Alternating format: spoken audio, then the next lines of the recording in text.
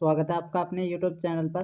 तो आज हम लेकर आए हैं जो राजस्थान बोर्ड के अर्धवार्षिक एग्ज़ाम है वो स्टार्ट होने वाले हैं। तो आपका जो कक्षा गणित का कक्षा 10th का अर्धवार्षिक एग्ज़ाम 2024-25 ठीक है। तो वो आज हम लेकर आए हैं भाई। पेपर है आपका जो 3 घंटे 15 मिनट का रहने वाला है। ठीक है। पूर्णांक आपके 70 नंबर का रहेगा। और आपको एक बार पूरे पेपर की देखो इमेज दिखा देते हैं वे पेपर कैसा आने वाला है। ठीक है। तो ये आपका पेपर रहेगा। तो चलिए हम अपने जो पेपर है उसको स्टार्ट करते हैं। ठीक है। तो देखो सबसे पहले यहाँ पर देखो एक जो यहाँ पर 72 और 120 का HCF क्या होगा, तो ये आपको ज्ञात करना है। ठीक है। 72 और 120 का HCF होने का मतलब है कि ऐसी संख्या बताइए जो 72 में भी भाग चला जाए और 120 में भी भाग चला जाए, लेकिन बतानी कौन सी है, बड़ी से बड़ी संख्या बतानी, नहीं कि छोटी संख्या। ठीक है। नेक्स्ट जैसे यहाँ पर देखो, अब आप कहोगे जैसे 72 में भाई 8 का भाग भी जाता है या 120 में भी 8 का भाग जाता है, लेकिन आपको सिर्फ बड़ी संख्या बतानी है। जैसे 12 का भाग जाता है ना, तो बिल्कुल ये 12 वाला आंसर क्या रहेगा, 24 का भी जाता है ना, 24 पंजे, बिल्कुल। तो इसका option number C answer right रहेगा। ठीक है। इसका HCF 24 हो जाएगा। फिर बिंदु 3 और 4 की वाई एक्स से दूरी ज्ञात करनी है भाई। बिंदु जो 4 है, जैसे ये यहाँ पर दिया हुआ रहेगा। ठीक है ना। x का मान यहाँ पर 3 रहेगा और y का मान यहाँ पर 4 रहेगा। तो ये y अक्ष से यानी कि इस अक्ष से दूरी पूछना चाह रहा है, तो ये अक्ष से दूरी कितनी है भाई, 3 है। तो ऑप्शन नंबर 3 बिल्कुल सही हो जाएगा। नेक्स्ट प्रश्नों की ओर चलते हैं। यहाँ पर देखो आपको एक समीकरण दी हुई रहती है, द्विघात समीकरण। ठीक है। द्विघात समीकरण में क्या होता है कि आपके पास ax² plus bx plus c बराबर 0 के मूल बराबर हैं। मूल बराबर हैं तो उनके जो मूल होगा तो मतलब क्या होगा, तो मूल बराबर हैं तो जो b² माइनस 4ac का मान है वो क्या होगा भाई, 0 से क्या होगा, बड़ा होगा या बराबर होगा। ठीक है। तो ये ऑप्शन नंबर डी सही हो जाएगा। नेक्स्ट प्रश्नों की ओर चलते हैं। यहाँ पर देखो नेक्स्ट प्रश्न है, एक द्विघात बहुपद में शून्यांकों की अधिकतम संख्या। ठीक है। द्विघात में शून्यांक कितने हो सकते हैं, 2 हो सकते हैं। ठीक है। नेक्स्ट प्रश्नों की ओर चलते हैं। शून्यांक का मतलब क्या होता है, शून्यांक का मतलब होता है उसके मूल कितने हैं। ठीक है। द्विघात समीकरण में जैसे द्विघात यानी कि x की घात 2 लग रही है तो 2 रहेंगे, x की घात 3 लग रही है तो 3 रहेंगे, x की घात 1 लग रही है तो 1 रहेगा। ठीक है। ये बात ध्यान रखना। यहाँ पर देखो sin² 80 और cos² 80 का मान क्या होगा, आपने पढ़ा होगा sin² theta plus cos² theta बराबर क्या होता है। ठीक है। तो 1 होता है, तो आपका यहाँ पर राइट आंसर 1 हो जाएगा। नेक्स्ट प्रश्नों की ओर चलते हैं। यहाँ पर एक वृत्त पर अधिकतम कितनी स्पर्श रेखाएं खींची जा सकती हैं, तो भाई यहाँ पर अनंत रेखाएं खींची जा सकती है। बिल्कुल। जैसे ये वृत्त है तो स्पर्श रेखा का मतलब है कि यहाँ से ये इस रेखा को टच करके ऐसे कितनी रेखाएं खींची जा सकती है। ठीक है। तो कितनी भी रेखाएं खींची जा सकती है, कोई गिनती नहीं हो सकती इसकी, तो ये अनंत हो जाएगा। नेक्स्ट प्रश्नों की ओर चलते हैं। इसका बहुलक बताना है, तो भाई इसमें जो सबसे ज़्यादा कौन सा है तो वो आप बता देना बहुलक इसमें। ठीक है ना। ऑप्शन नंबर 4 बिल्कुल जो सही रहेगा। किसी पासे को एक बार फेंका जाता है तो अभाज्य संख्या आने की प्रायिकता, भाई कोई भी पासा है उसमें जैसे 6 अंक होते हैं, 1 2 3 4 5 6, उसमें पूछ रहा है अभाज्य संख्या। अभाज्य संख्या कौन कौन सी होंगी भाई, 2 3 5। ठीक है। 3 होंगी तो 3/6 यानी कि 1/2 ही क्या रहेंगी, अभाज्य संख्याएं रहेंगी। ठीक है। नेक्स्ट प्रश्नों की ओर चलते हैं। किसी समांतर श्रेणी का सार्वा अंतर क्या होगा, इस समांतर श्रेणी का जो सार्वा अंतर क्या होगा कि भाई 3 रहेगा। ठीक है। क्योंकि इसमें 3 का अंतर है सभी में, तो ये बात ध्यान रखना। ऑप्शन नंबर सी बिल्कुल सही है, आपको अंतर ही तो पूछ रहा है। नेक्स्ट, वृत्त के चाप की लंबाई का सूत्र, बिल्कुल भाई ये वृत्त के चाप की लंबाई का सूत्र आपको ज्ञात करना है। ठीक है। तो ये आपको जो रहेगा वृत्त की चाप की बात कर रहा है, जैसे ये वृत्त रहेगा और इसके जो यहाँ पर चाप खींची जाएगी ना, ये तो छोटी सी जो त्रिज्या खंड होती है वो हो गई। और इसकी चाप की जो पूछ रहा है तो वो आपको बताना है चाप की लंबाई। इसका सूत्र क्या रहेगा, आप हमें कमेंट करके इसका सूत्र ज़रूर बताइए और लास्ट में हम आपको इसका सूत्र अवश्य बताएंगे। ठीक है, तो आप हमें ये जो 10वां प्रश्न है इसका आंसर बताइए। हम आपको प्रत्येक जो आंसर रहेगा उसमें 1% ज़रूर छोड़ेंगे। ठीक है, और आपको सबसे पहले देखो, आप ज़्यादा टाइम पास नहीं करते हो, आप जो मोस्ट इंपॉर्टेंट प्रश्न है ना पूरे जो एग्जाम में आने वाले प्रश्न है आप उनको टिक लगा लीजिए कि कौन कौन से प्रश्न आएंगे, अपनी किताब में टिक लगा लो। ठीक है, या आप इनका स्क्रीनशॉट ले लीजिए। जैसे देखो, सिद्ध कीजिए √3 एक परिमेय संख्या है, ये प्रश्न आप याद कर लेना। द्विघात बहुपद 6x² 3x - 7x के शून्यांक ज्ञात कीजिए। देखो मैं आपको एक बात बताऊं, यदि मैं आपको प्रश्न यहाँ पर पढ़ाऊंगा स्क्रीन पर तो आपको कुछ भी समझ में नहीं आने वाला। आप सिर्फ प्रश्नों को देख लीजिए, उन प्रश्नों को अपनी बुक है जो किताबें हैं, ठीक है, या पासबुक्स गाइड जो भी हैं आपके पास, उसमें आप इन प्रश्नों को टिक लगा लीजिए। फिर आप रफ वर्क यानी कि रफ कॉपी में आप उनको निकालिए।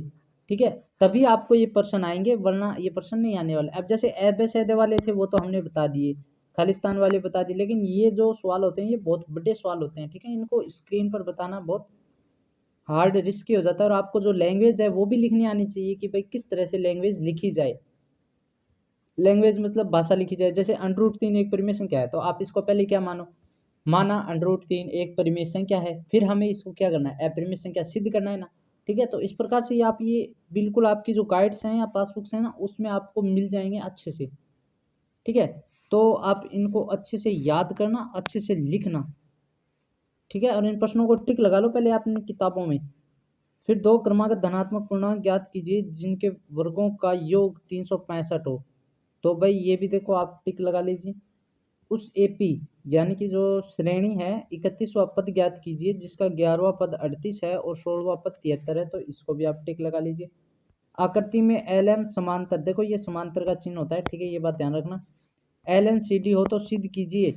अब यहाँ पर देखो सिद्ध करना है, यहाँ पर एक सवाल आ रहा है कि जो ए एम है, ठीक है, वो ए बी के भाग में दिया हुआ है बराबर ए एन और ए डी, ये दो रेखाएं ना इनको आपस में सिद्ध करना है कि ये बराबर हैं कि नहीं है। ठीक है, तो ये आप टिक लगा लीजिए, आपकी किताब में है, बहुत मोस्ट इंपॉर्टेंट है। फिर इसके बाद में देखो एक्स अक्षर पर वह बिंदु ज्ञात कीजिए दो 2 - 5 एवं -2 9 से समदूरस्थ है। ठीक है, ये देखो दोबारा बता रहा हूँ, राजस्थान बोर्ड के एग्जाम के लिए बहुत मोस्ट इंपॉर्टेंट जो आने वाला आपका पेपर रहेगा वो है। और हाँ, जो भी बच्चे अर्धवार्षिक एग्जाम में जिन्होंने मैथ नहीं पढ़ी है तो वो इस प्रश्नों को जरूर पढ़े। और हाँ, हमने और भी वीडियो इस पर डाली है तो आप हमारे चैनल को सब्सक्राइब कर दीजिए ताकि और भी आने वाली वीडियो रहेंगी। ठीक है, तो वो हम आपको बता सकें। जैसे हमने यहाँ पर इंग्लिश का जो पेपर था वो हमने डाल दिया है हमारे यूट्यूब चैनल पर, तो आप उस इंग्लिश के पेपर को देख लीजिए। इसके अलावा ठीक है, इसके अलावा आपको जो साइंस का पेपर रहेगा वो भी हम जल्दी डाल देंगे। साइंस का, सोशल साइंस का, मैथ्स का ये पेपर है ही। और हिंदी में आपको ज़्यादा कुछ करना नहीं होता तो हिंदी का पेपर भी हम डाल देंगे। और आप जैसे सूचना प्रौद्योगिकी और जो पेपर आप जो सोच रहे हो ना वो पेपर आपको कोई ज़रूरत नहीं होता, वो तो सिर्फ फॉर्मेलिटी के लिए होता है। आप इसमें कुछ भी लिखे होगे ना तो भी आप इसमें पास हो इसका। ठीक है ना, इसका आपको कोई नंबर कुछ नहीं बंटना। ठीक है, आपको ये सिर्फ दे के आना है, ये एक फॉर्मेलिटी है।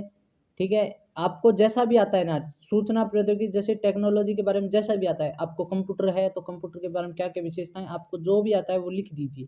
ठीक है, माउस कीबोर्ड क्या काम आता है, सीपीयू क्या काम आता है।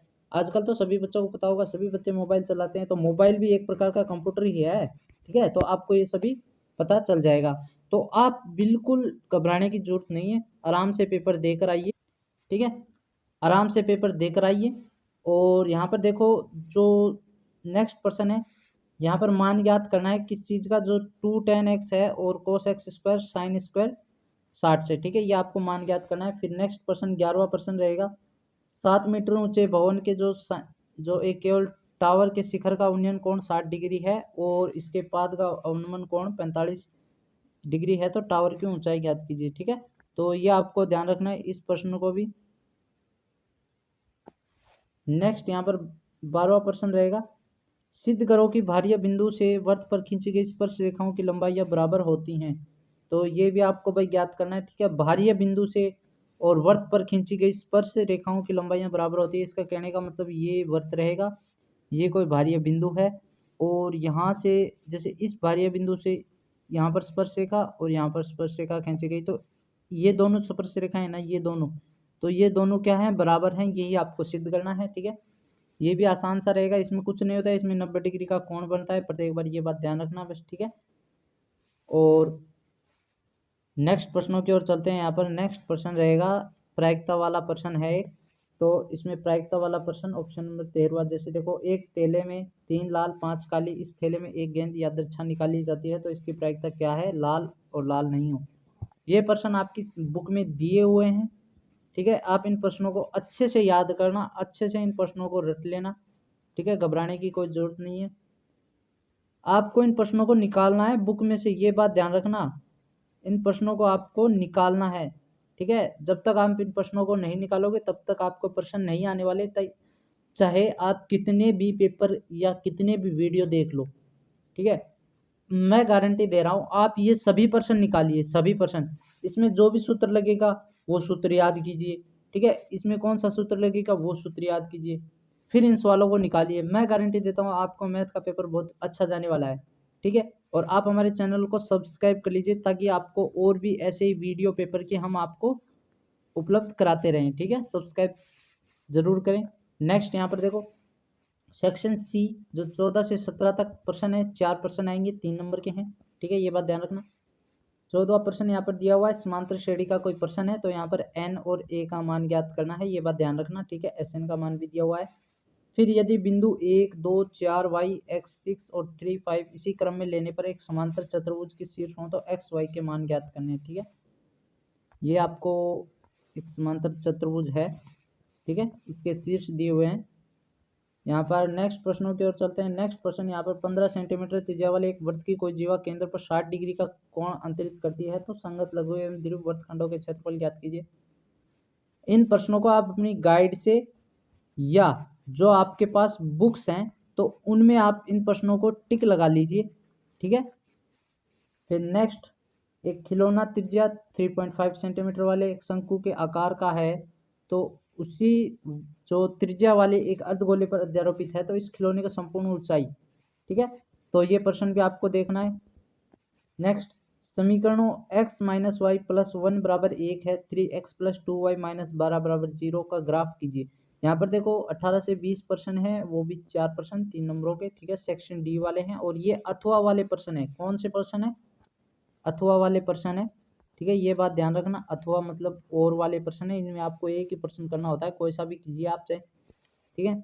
या तो यहाँ पर देखो, ये ग्राफीय विधि द्वारा हल कीजिए, 2x plus 3y 4x plus 5y सिद्ध करना है। अब आपको सिद्ध करने वाले में देखो, आप हमेशा एक बात ध्यान रखना, हमेशा ऑलवेज, ये तो यहाँ पर 3 नंबर का है, लेकिन जो आप बोर्ड एग्जाम दोगे ना, जो भी फरवरी मार्च में आपका जो एग्जाम होगा, उसमें मैं आपको बताऊँ ये 6 नंबर का प्रश्न आएगा, ठीक है। और 8वीं प्रश्नावली में जो आपको देखो 6 या 7 होंगे सिद्ध करने वाले इस प्रकार के, तो आप उन सभी को निकाल लीजिए, ठीक है।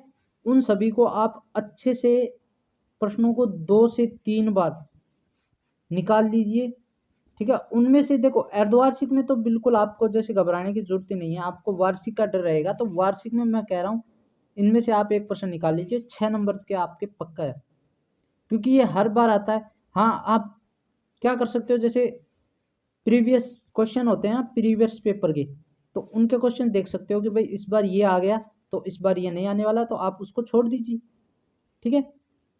ये बात ध्यान रखना, ठीक है। नेक्स्ट प्रश्नों की ओर चलते हैं। यहाँ पर नेक्स्ट प्रश्न, यहाँ पर देखो 20वां प्रश्न है, और ये लास्ट प्रश्न है, इसके अलावा आपको कोई प्रश्न नहीं रहेगा। बहुलक ज्ञात करना है और एक में माध्यक ज्ञात करना है, आपको जो अच्छा लगे वो ज्ञात करना है। वर्ग अंतराल आपको अलग अलग जैसे दिए हुए रहेंगे सवाल के हिसाब से, माध्यक में और बहुलक में, ठीक है। तो आपको इनको कुछ नहीं करना, आपको सिर्फ इनके सूत्र तो याद करने ही करने हैं। बहुलक और माध्यक के सूत्र आपको आने चाहिए, बहुलक और माध्यक के सूत्र आपको आने चाहिए। तो धन्यवाद, मिलते हैं अब अपनी नेक्स्ट वीडियो में। वैसे नेक्स्ट वीडियो में मिलने से पहले मैं आपको और भी जो प्रश्न बच रहे हैं वो भी बता देता हूँ।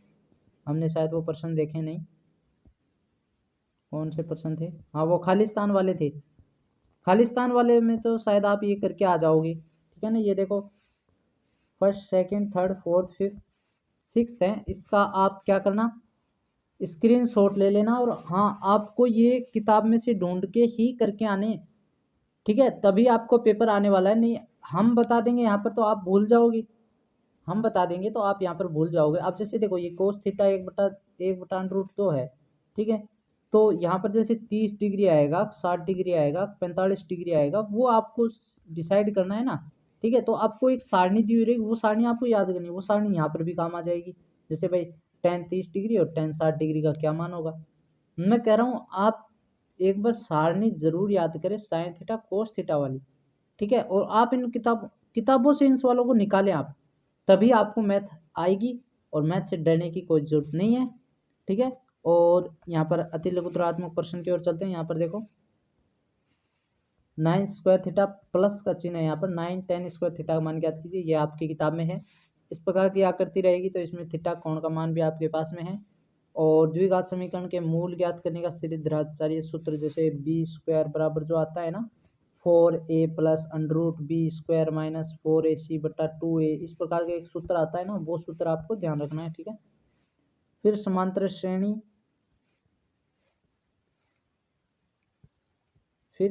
श्रेणी में से आपको जैसे देखो 2 5 8 जो रहेगा चिन्ह, ठीक है। 12 पदों का योग ज्ञात करना है। 12 पदों का योग, इसमें देखो आप सिर्फ सूत्र याद कर लीजिए, सूत्र से आपको पता चल जाएगा पहला पद कौन सा है, इनमें अंतर कितना है, कितने पद दिए हुए हैं, ठीक है। जैसे SN वाला एक सूत्र है, वो टोटल योग वाला सूत्र है, ठीक है। दो समरूप त्रिभुजों की भुजाओं का अनुपात 4:9 है, तो इन दोनों त्रिभुजों के क्षेत्रफलों का अनुपात है। देखो, इसमें आपको कुछ नहीं करना भाई, भुजाओं का अनुपात है तो 4:9 है, तो जो क्षेत्रफल रहेगा, क्षेत्रफल निकाल लो। त्रिभुज का क्षेत्रफल क्या होता है, 1/2 गुणा आधार गुणा ऊंचाई। आधार और ऊंचाई जैसे आप यहाँ पर लिख लीजिए, दो समरूप त्रिभुजों की भुजाओं का अनुपात है ये, ठीक है। एक बार आप 4 को रख कर देख लीजिए, एक बार आप 9 को रख कर ले, आप इसमें भाग दे सकते हैं, 4 वाला ऊपर रहेगा, 9 वाला नीचे रहेगा, ठीक है। और दो समरूप त्रिभुजों की भुजाओं का अनुपात ज्ञात करें। समरूप मतलब समान त्रिभुज है, ठीक है, तो कोई दिक्कत नहीं है।